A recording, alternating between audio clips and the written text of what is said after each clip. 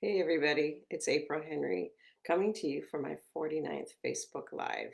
You can watch all my previous ones on my website, aprilhenry.com, or on my YouTube channel, which is also called April Henry. Um, I'm going to see if I can quit out of messages so that I can stop hearing from my kid for a second. So uh, I'm going to be ending these tomorrow, May 29th. This week, I'm taking you behind the scenes on some of my bigger books. But first, I want to talk about a book that I love by Attica Locke, Blackwater Rising. It was her first book. I reviewed it for the Oregonian, and I said that the only thing wrong with it was that I didn't write it. It's an amazing book. I really recommend it. She went on to write for Entourage.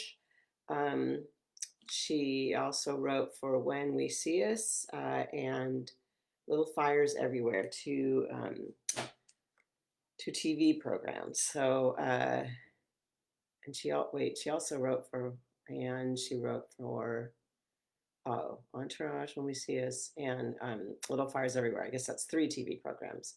So she's an amazing writer. Her last book got all kinds of accolades, best of the best lists, and just really like her stuff. So today I'm going to be talking about The Lonely Dead. Tomorrow I'm going to finish this whole 50-day series talking about my next book, The Girl in the White Van, which comes out July 28th. So this is The Lonely Dead. It had spot gloss on the cover. I don't know if you can see it. That's really cool. Anyway, how this book got its start was years and years ago. Whenever I'm not traveling, which is right now, and other times, I run a 4 mile route through my neighborhood. It's the same route I run for years. I know it down to the second. I can tell whether I'm going to have a tight time, a good time within like 3 blocks. So one day I started thinking about what would I see if I could see um, the dead where they were buried. And since I'm running in a neighborhood, what's going to be dead and buried in people's yards but dogs, cats, and possibly parakeets? So I thought we really wouldn't see very much. And then I imagined that when you saw the dead, they would look alive. You could talk to them or at them if it's a pet, touch them, they would feel real. But I had to make it that I didn't want them wandering around. I didn't want them being like a traditional ghost where maybe some ghosts can go other places. I wanted them kind of to stay put close to where they were buried. So I gave them a little tether that ran down from the skull down to where they were buried. And I remember doing some research about memories and thoughts, and there was some kind of logic to it. So um, I started thinking, well, what would happen if you went to a cemetery and you were a person like that you could see and talk to the dead? It seems like it would be overwhelming. Started thinking about this old cemetery that I grew up next to around the corner with all these leaning headstones. And I figured the dead would be lonely and eager to talk, and that en masse it would be overwhelming.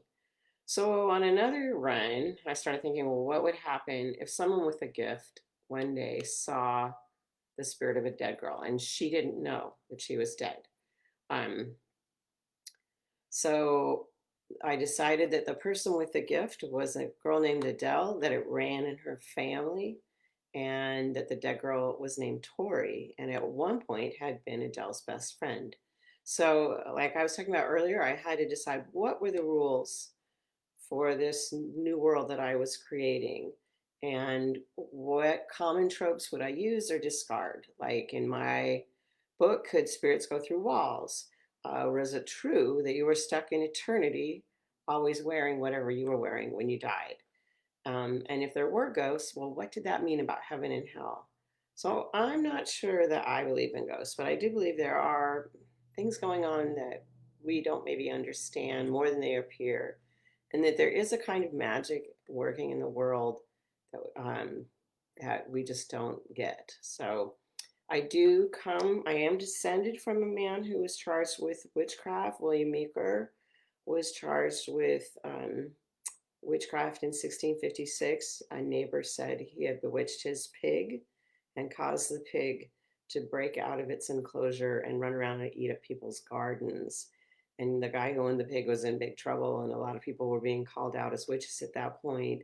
So I think he just saw it as a way that he could claim that it wasn't his fault that the pig got out. And luckily for my ancestor and for me, he was acquitted because at that point, 30% of people who were being charged as witches um, were hung. So my mother, his direct descendant, occasionally knew things that she couldn't or shouldn't have been able to know.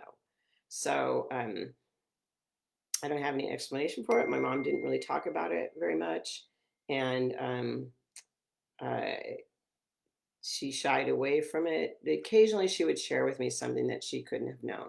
Like when I bought my car probably 20 years ago, and she told me it's maroon, right? It's like this deep maroon. And I was like, how do you know that? And she's like, I just do. So I asked her to look through magazines and send me a swatch of the color she thought it was. And when she sent it to me, I laid it on the hood of the car and it matched. So her mom really, really wanted her to be a medium, and my mom definitely did not want to do that. She was a very spiritual person, but in a more traditional Christian sense. Although maybe not so traditional because she was more full of love than any other Christian I've ever met. So I decided that my killer wouldn't have buried a body in his yard. That's not very practical. So I had them bury the body in Gabriel Park. And I even went to Gabriel Park and walked around filming with my phone and dictating. And I found a good place where to hide a body that there's not a lot of traffic back there. I wanted the character to figure out that she had this gift by talking to someone at the End of the Trail Museum in Oregon City that she thinks is one of the reenactors that they hire to work there.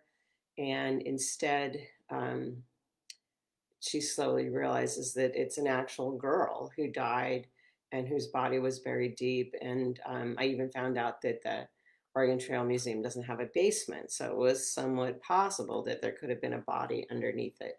And I checked out tons of trail diaries just so I could have my girl talk in a way that people in 1850 would really talk and not use terms that they wouldn't have used. And that was all for just 4 pages in the book. Um, a few years ago, I met an expert in crime scene evidence on a plane coming back from Dallas, and she helped me do a bunch of research on strangulation, what happens when a victim is strangled, and what kind of evidence does that leave behind, and what can you tell from that evidence. I even asked a therapist friend of mine, what would you do if a teenager came to you and said that she could see and talk to the dead? And you're probably surprised to learn that they do not say that is so cool. You end up with a diagnosis and some medication. And the climactic scene takes place, of course, in a graveyard where my character is on the run from the killer and the dead have come out of their graves and are giving her advice. So I went to an old pioneer cemetery near our house and I walked around and I thought about where she could hide. I tried to find things she could use as weapons, but there's very limited ability of any kind of weapon there at an old cemetery. So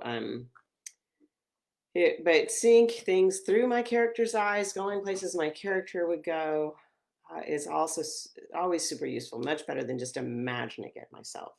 So tomorrow on our last talk, I'll be talking about The Girl in the White Van, my July 28th release. And until then, you guys have a great rest of your day.